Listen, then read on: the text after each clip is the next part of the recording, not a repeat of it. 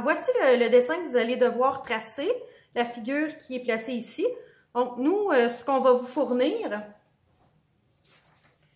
ça va être la feuille déjà avec le cadre et le cartouche dans le bas que vous allez avoir à identifier. Donc, la figure A, on va la dessiner ici. La première chose à faire, c'est vraiment de bien positionner sa feuille et la fixer de façon à ce qu'elle soit parallèle par rapport à chaque côté de la planche à dessin ici. Alors ça, c'est la première étape très importante. Donc, on va utiliser le T pour aller positionner et la rendre vraiment parallèle avant de la fixer. Alors, on va utiliser la ligne du cadre ici et l'enligner parfaitement là, avec la bordure du T. Alors, on place la feuille, on s'ajuste.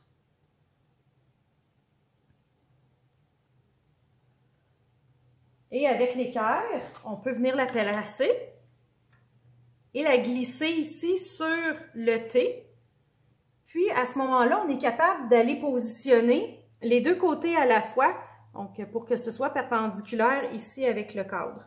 Alors voilà, je suis parfaitement perpendiculaire. Maintenant, on ne touche plus, on ne bouge plus la feuille et on fixe les quatre coins de notre feuille. Une fois que ça va être fait, on ne doit plus toucher du tout à notre feuille pour éviter que le parallélisme soit perdu. Maintenant, on va débuter notre figure A.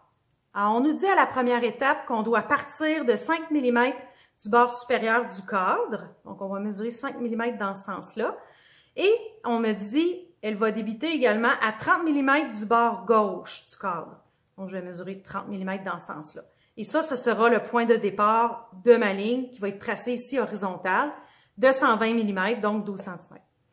Alors, première chose, on va aller mesurer notre 5 mm ici. Donc, le T se trouve à être votre guide pour appuyer votre règle et conserver le parallélisme ici de votre feuille par rapport également à la planche à dessin. Alors, je place ça bien évidemment du côté des millimètres.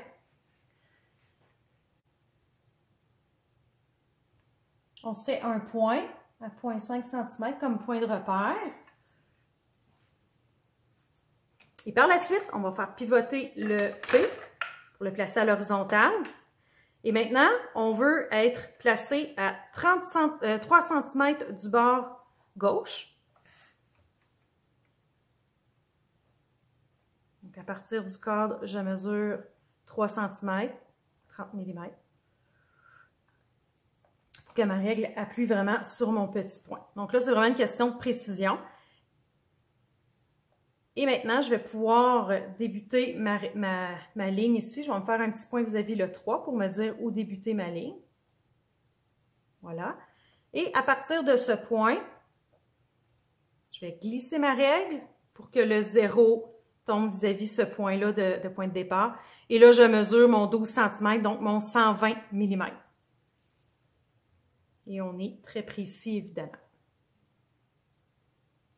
Deuxième étape. On me dit que je dois aller tracer une droite qui est verticale à partir de la droite horizontale ici. Cette droite-là doit être placée à 90 degrés et elle doit mesurer 100 mm.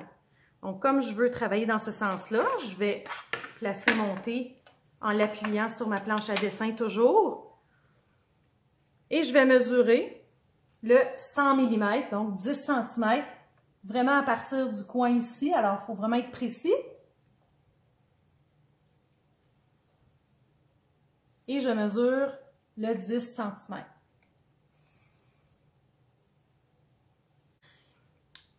Troisième étape, on me demande d'aller placer ici un angle de 60 degrés. Alors, quand vous avez des angles de 60, 30 ou 45, on utilise directement les équerres, beaucoup plus précis que le rapport d'heure d'angle, moins de chances de faire d'erreur. Alors, ici, j'ai une équerre, si vous voyez, une de 90 avec deux angles de 45. Puisque 180 moins 90, il nous reste 90, divisé en 2, ça donne 45 chacune.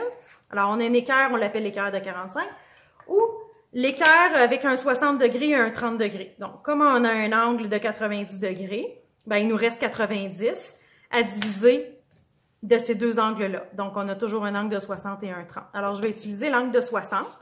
Je vais utiliser mon T, je vais appuyer mon équerre dessus, et je vais pouvoir la faire glisser comme ça ici le long du T.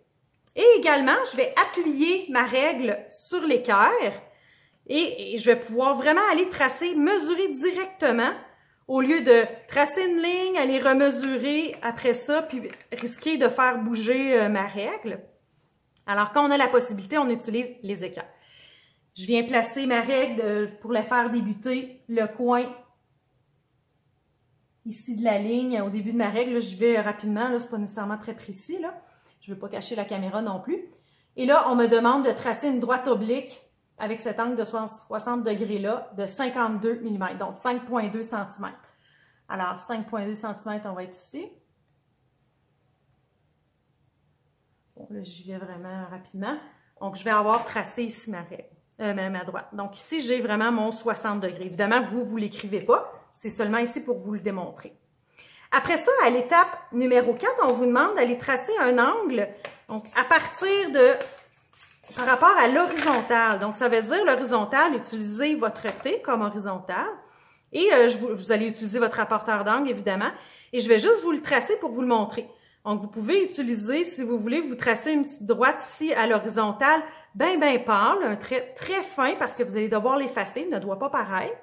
Et vous allez l'utiliser vraiment comme guide pour débuter votre ligne et aller mesurer votre angle de 15 degrés.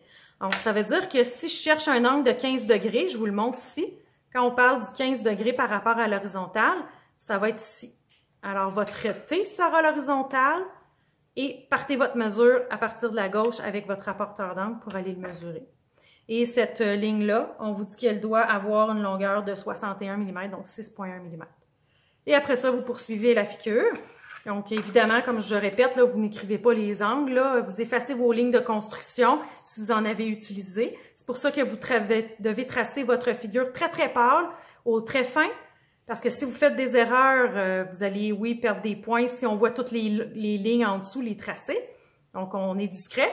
Et quand on a terminé, puis qu'on est satisfait du résultat, là, on peut reprendre notre règle et aller retracer les lignes par-dessus pour les foncer avec la règle, aucun problème.